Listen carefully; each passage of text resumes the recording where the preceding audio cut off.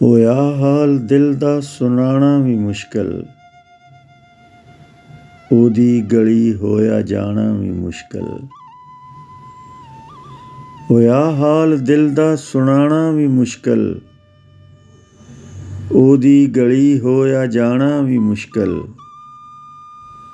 ਮੁਸ਼ਕਲ ਏ ਭਾਵੇਂ ਉਹਨੂੰ ਯਾਦ ਰੱਖਣਾ,